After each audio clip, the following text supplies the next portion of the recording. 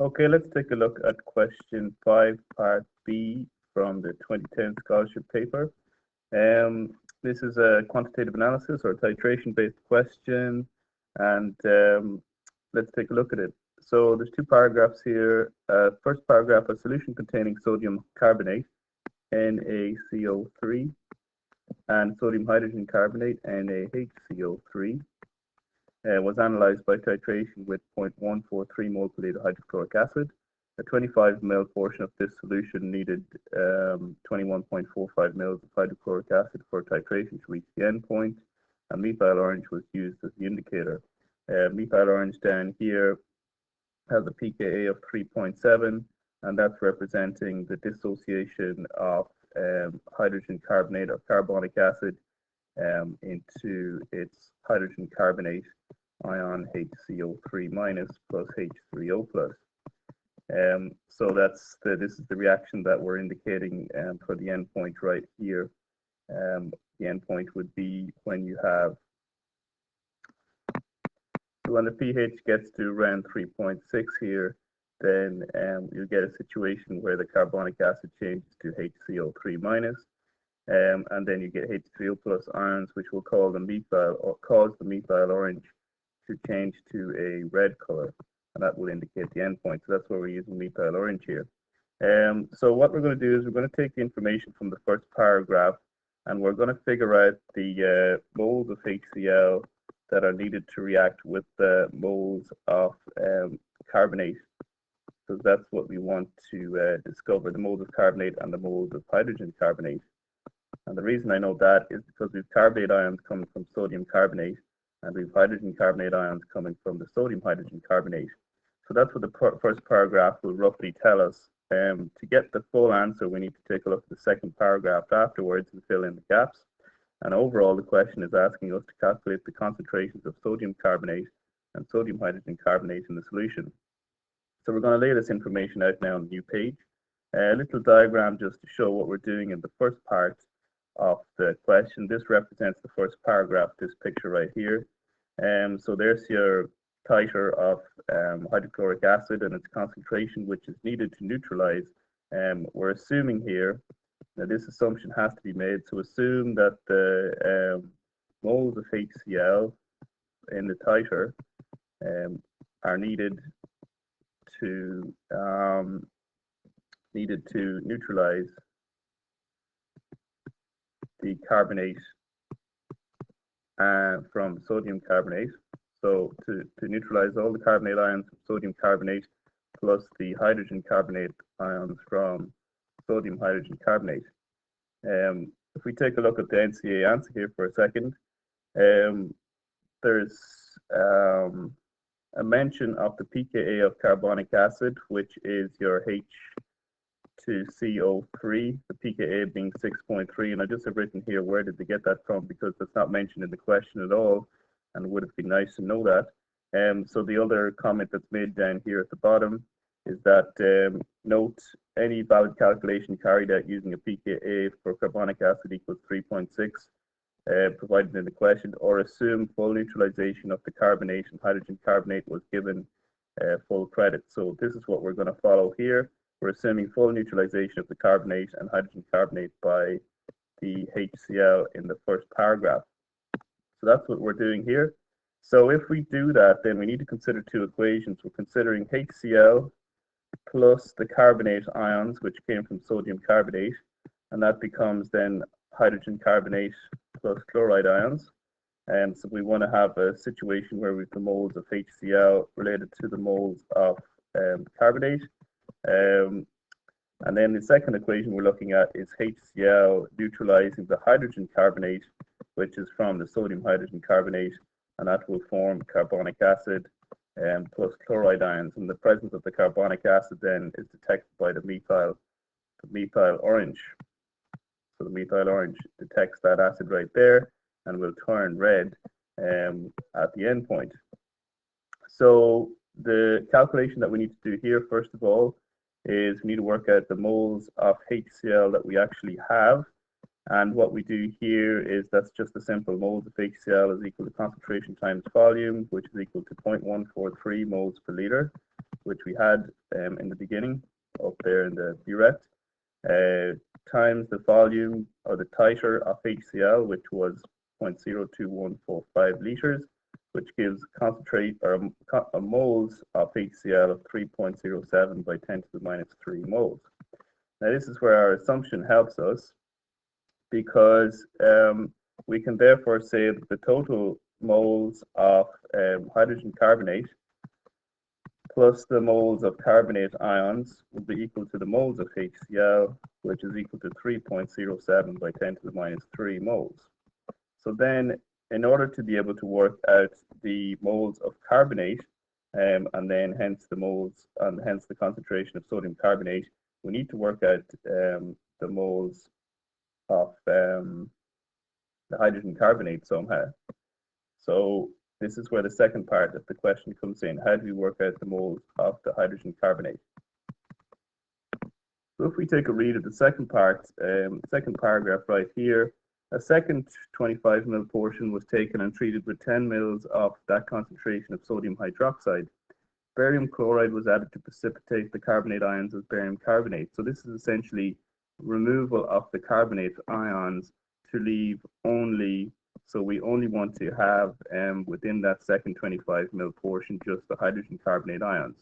And if we can work out the concentration of the hydrogen carbonate ions, and from that we can work out the moles of the hydrogen carbonate ions. If we can work that out, then we can stick that into our expression right here and figure out by subtraction from the moles of HCl what the moles of carbonate should be. So that's what we're trying to do in the second paragraph. So in the second paragraph, we have the following situation taking place. Now what we're trying to determine here is we're trying to determine the moles of hydrogen carbonate. Because as we said already, we want to use that in this situation to figure out the moles of carbonate. So what we have here is in the paragraph, it says second 25 ml portion was taken. And remember, in that 25 ml portion, you're going to have sodium hydrogen carbonate and you're going to have sodium carbonate. And treated with 10 mL of that particular concentration of sodium hydroxide, which is right there. Barium chloride was added to precipitate the carbonate ions as barium carbonate, which is represented by this step right here. So the products of this reaction with the sodium hydroxide and the sodium hydrogen carbonate and the sodium carbonate should be 3 sodium ions plus 2 carbonate ions plus water. And then this carbonate is removed with barium chloride because we want to prevent any reaction with the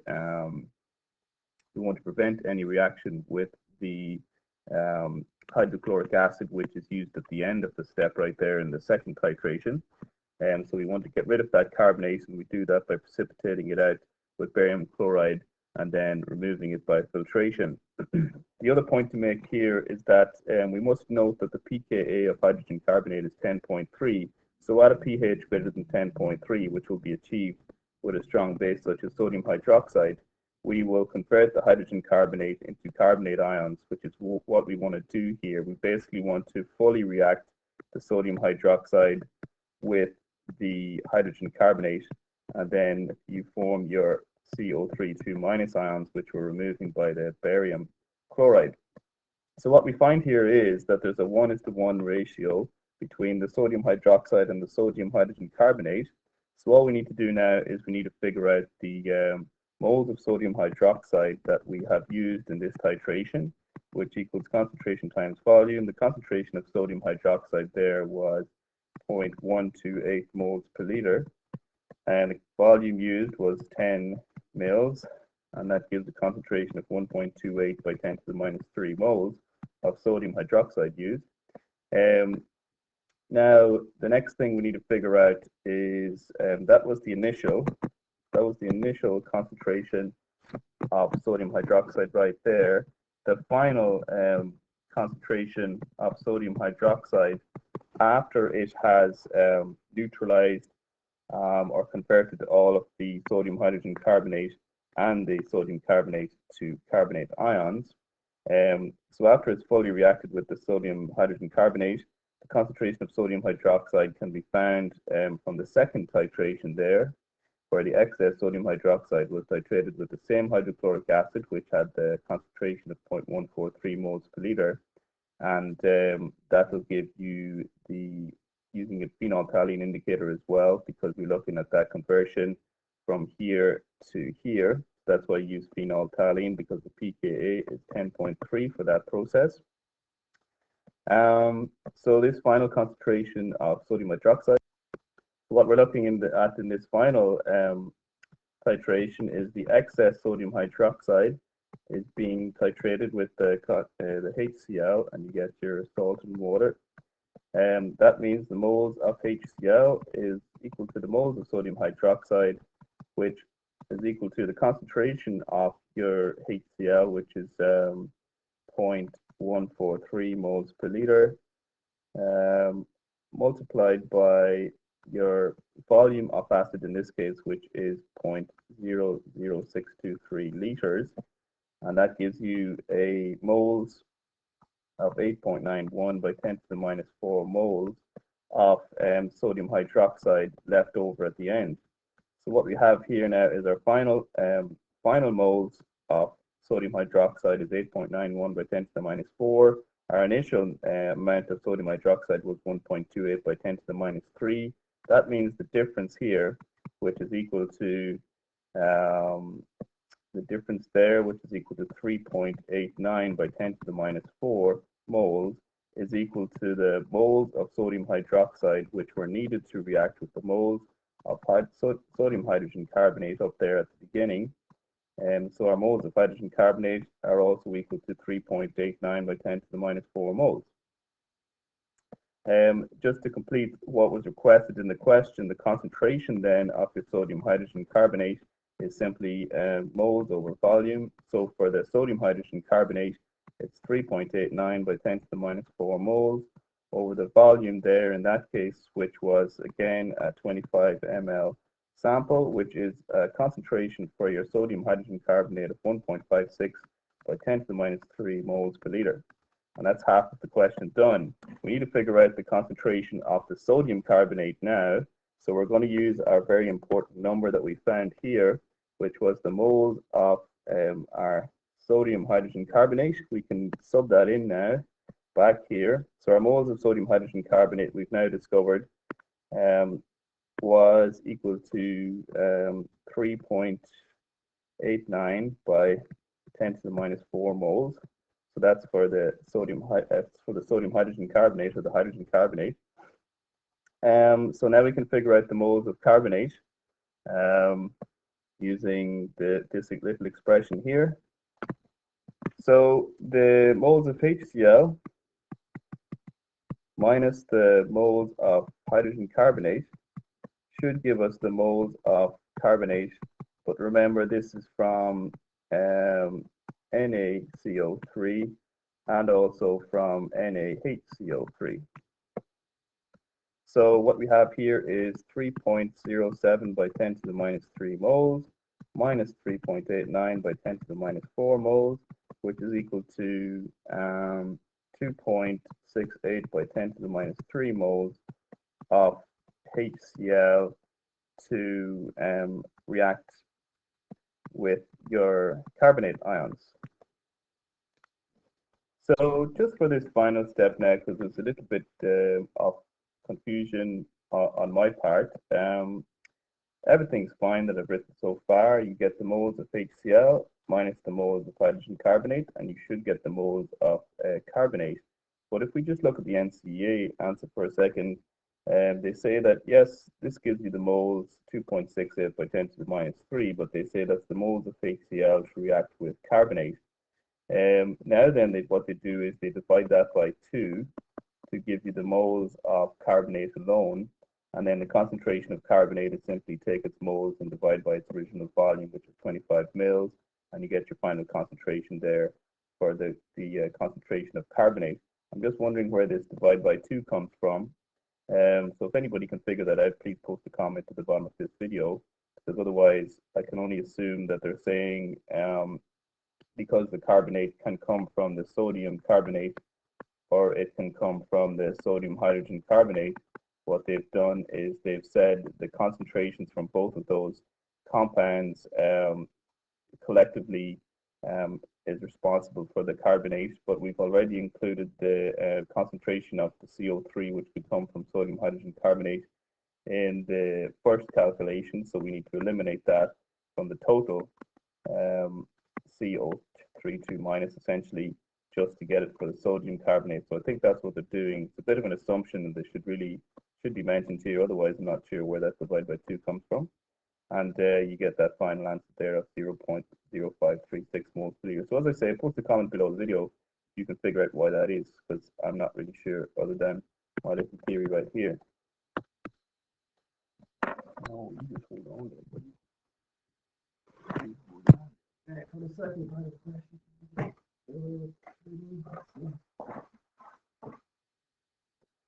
An alternative method for analyzing solutions of carbonate and hydrogen carbonate ions involves directly titrating.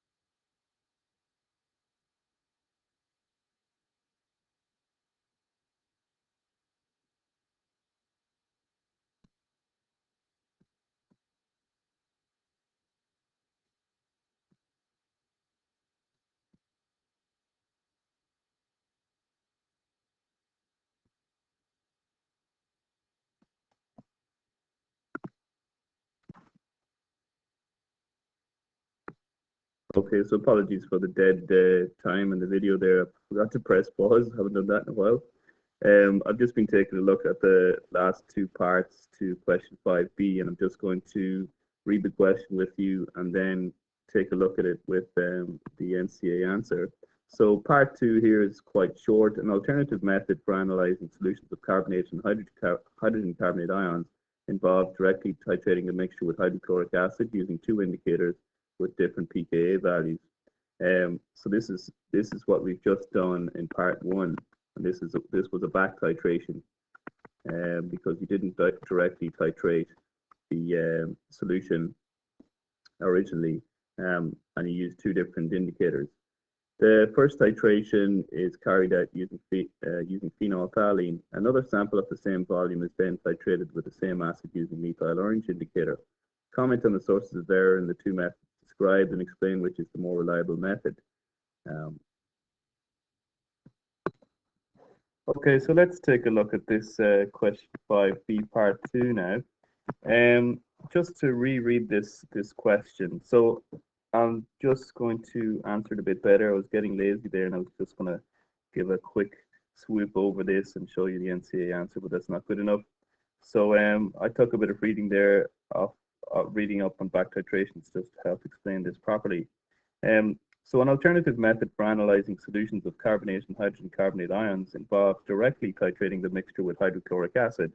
Direct titration is the easiest, simplest way of titrating something.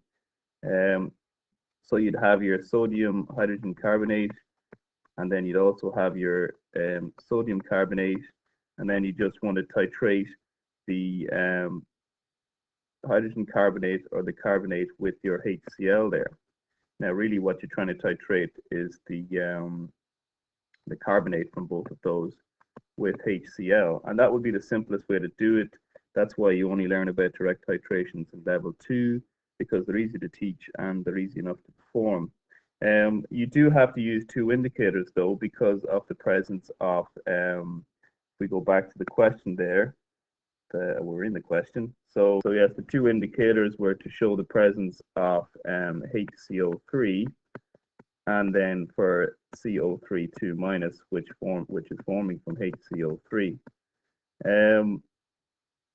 And so therefore you need two indicators for this process. The first titration is carried out using phenolphthalein, which would detect the presence of your carbonate ions. And then another sample of the same volume is then titrated with the same acid using methyl orange, which will detect the presence of your HCO3-. And we discussed that already in the first part of the question. So this is a bit of this is known as a forwards titration, and what you're doing is you're directly titrating the carbonate and hydrogen carbonate with hydrochloric acid using two indicators. And comment on the sources of error in the two methods described and explain which is the more reliable method. So it's this method versus the first method in part 1 that we're comparing here. So what we want to do is we want to just quickly take a look at a definition of a back titration. So I just found this on the internet. So back titration is a titration method where the concentration of an analyte is determined by reacting it with a known amount of excess reagent. So what we did here was we were trying to figure out the concentration of hydrogen carbonate in the first part of the question, and we used excess reagent, which was sodium hydroxide, and then titrated with another second reagent. So we then so we did this titration first, and then the second titration was we took the remaining sodium hydroxide and titrated it with HCl. So that's a back titration. The second titration results show how much of the excess reagent was used in the first titration, right there, and the original analyte's concentration can then be calculated from that. So that's why it's a back titration. So let's take a look at the NCA reasoning for why that method is not as good or is as good. You need to discuss this in your answer. So it's that method which is a back titration. That's your back titration, versus just simply titrating the hydrogen carbonate directly with HCl, which was known simply as a forwards titration or a direct titration. So they're the two situations we're comparing in this question. And the answer here from NCAA, the first method involves a back titration, which I just described. It increases the error due to measurement of sodium hydroxide and HCl for back titration. So if you think about it, you have to put, if you're doing this manually, you have to fill your burette twice using many different solutions, and there's a lot of sources for error. The errors are small and the method is reliable. So the errors in calculation are small. The second method, which involves a direct titration with reduced opportunity for volume measurement error, although the overall percentage error depends on the volume used in the titration. Any difficulty, the volume used in the titration, which is read off with a human eye. Any difficulty in the observation of the endpoint when using methyl orange indicator is the same for both methods. So for both methods, you have to use methyl orange, and because you're dealing with a weak acid here, the H2CO3, the carbonic acid, because it's a weak acid, it's always difficult to detect the endpoint of a weak acid titration. So that issue is present for whether you're doing the back titration or the direct titration. So that is what they're getting at in part 2 there. And just to look at part 3 while we have the answer in front of us, part 3 on the exam paper says, suggest a compound that could be used as a primary standard for the standardization of the hydrochloric acid. Discuss the criteria that should be considered when selecting a primary standard and comment on how well the compound you have suggested meets those criteria. This is just basically something you need to learn off. Possibilities include a metal carbonate or bicarbonate. Primary standards should have a high molar mass to minimize percentage error when weighing. So the larger the molar mass, the easier it is to weigh it out on an electronic balance. It must be stable and not react with oxygen in the air. Sodium carbonate absorbs water from air, but this is easily removed by oven drying. Okay. It must react quickly and completely with easily detected endpoint. Sodium carbonate does this, and it must be readily available in a pure form or easily purified. Sodium carbonate is cheap and available. So that is your completed video for question 5, part B, and that's the last video in my series of my videos for the 2010 scholarship paper.